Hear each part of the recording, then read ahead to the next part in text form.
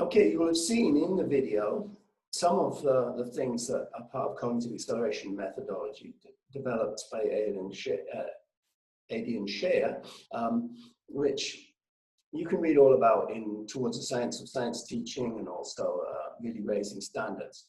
But there are 5 pillars of this methodology: concrete preparation, that's the activation of prior knowledge, cognitive conflict you've already seen in terms of making a prediction, and that prediction maybe is not confirmed by observation, and social construction being something that the teacher organizes group discussions, whole class discussions.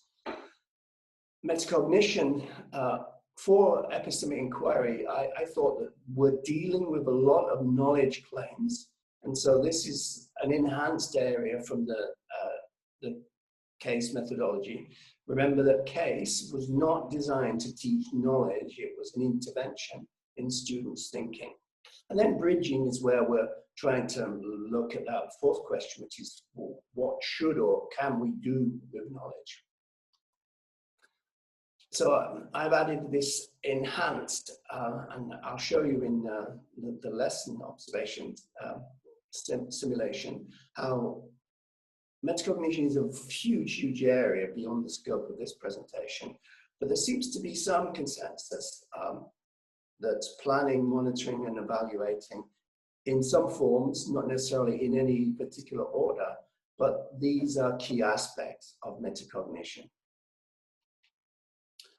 And then the last part of the presentation will be looking at how we can use this concept of epistemic inquiry to plan a curriculum. And I think Derek Hodgson's idea that, that our different goals of the curriculum demand different ways of thinking about how we learn science, how we learn about science, and how we do science. And these in particular are not seen as necessarily totally separate, because of course, when we're learning some science, we're learning about how that science came about. That question, how do we come to know?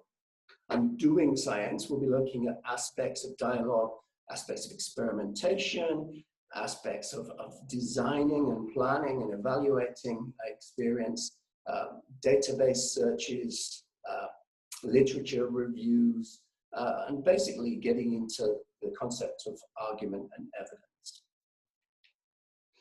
So that's the end of the first part. It's probably a good time to answer some of your questions.